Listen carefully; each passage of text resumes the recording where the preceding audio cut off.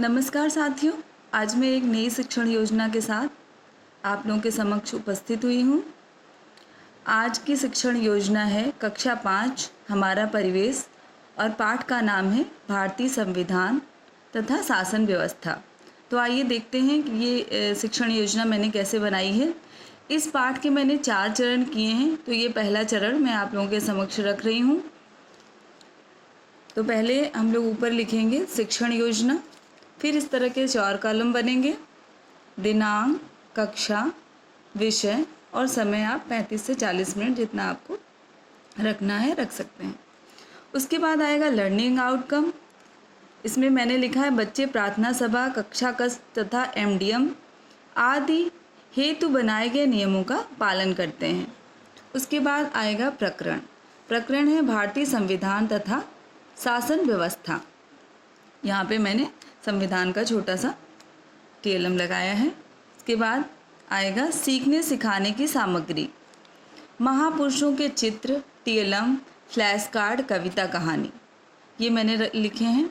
उसके बाद है सीखने सिखाने की गतिविधियाँ या प्रतिक्रियाएँ। इधर भी 4 कॉलम बनेंगे, क्रम संख्या, चरण, समय, अवलोकन का तरीका। फिर उसके बाद आएगा शिक्षण के आरंभ में। शिक्षण के आरंभ में हम तुरंत ही जाके संविधान की बातें शुरू करेंगे तो शायद बच्चा उससे नहीं जुड़ पाएगा, तो हम सामान्य बातचीत से शुरू करेंगे कि जैसे मैंने लिया है, बच्चों आप प्रतिदिन विद्यालय समय से आते हैं, आप स्कूल के कपड़े पहन के आते हैं या घर के ही कपड़े पहन के आते हैं? तो बच्चे उत्तर देंगे कि नहीं मैम, हम लोग स्कूल ड्रेस पहन के आते हैं। और प्रार्थना सभा, कक्षा कक्ष का समय निश्चित होता है और हर चीज़ का एक नियम बना होता है और जिसका हम सभी पालन करते हैं। अब शिक्षिका और भी विषय वस्तु से जोड़ने के लिए ट्रैफिक लाइट्स के बारे में बच्चों का टीएलएम दिखा करके प्रश्न पूछेगी। ये मैंने यहाँ पे उसका एक छोटा सा रूप लगाया है। पहले से बच्चों को इस बारे में पूरी जानकारी है ट्रैफिक नियम के बारे में, तो उसी को दोहराएगी कि ट्रैफिक लाइट्स दिखाकर बच्चों से प्रश्न पूछेगी कि ये क्या है। बच्चे बताएंगे कि ट्रैफिक लाइट। बच्चों, सड़क पर चलने के भी अपने कुछ नियम होते हैं, उसी प्रकार आपके घर में भी कुछ नियम अवश्य बने होते हैं जिसका हम पालन करते हैं। इससे बच्चों को शिक्षिका जोड़ेंगी कि हमें हर जीवन जीने के लिए कुछ निश्चित नियमों का पालन करना पड़ता है। अब आगे चलते हैं। अब आते हैं शिक्षण के मध्य। यहाँ पे मैंने लिखा है बच्चों, जीवन जीने के लिए हमें कुछ निश्चित नियमों का पालन करना आवश्यक होता है। बच्चों, आपको पता है जब हमारा देश 15 अगस्त 1947 को आज़ाद हुआ तो हमारे महापुरुषों को इतने बड़े देश को सुचारू रूप से चलाने के लिए निश्चित व नियम व कानून की आवश्यकता महसूस हुई।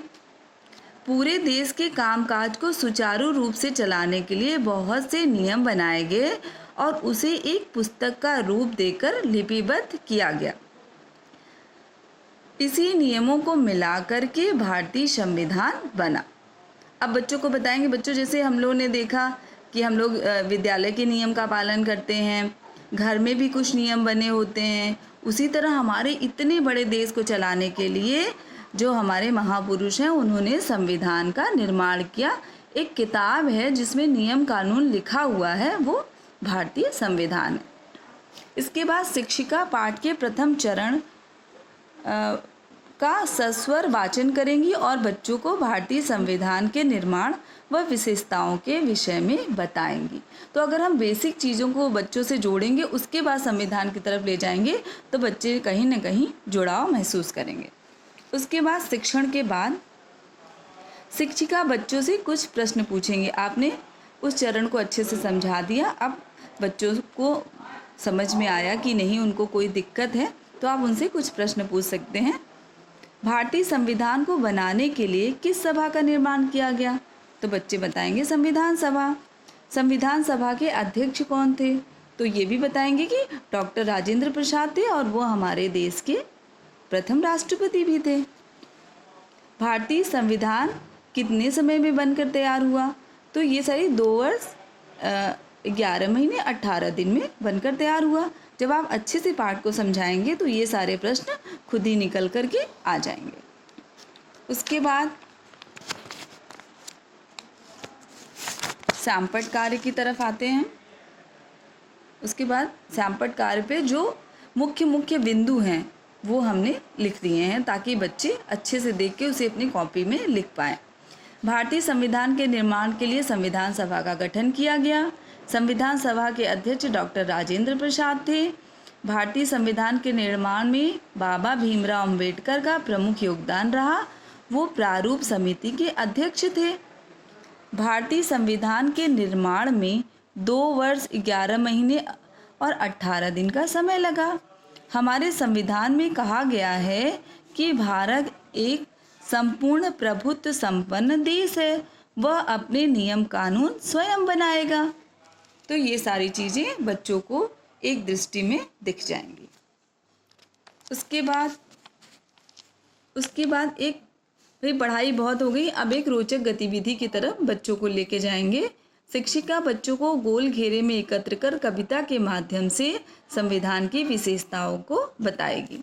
तो उस कविता की तरफ चलते हैं। कविता है हमारा संविधान।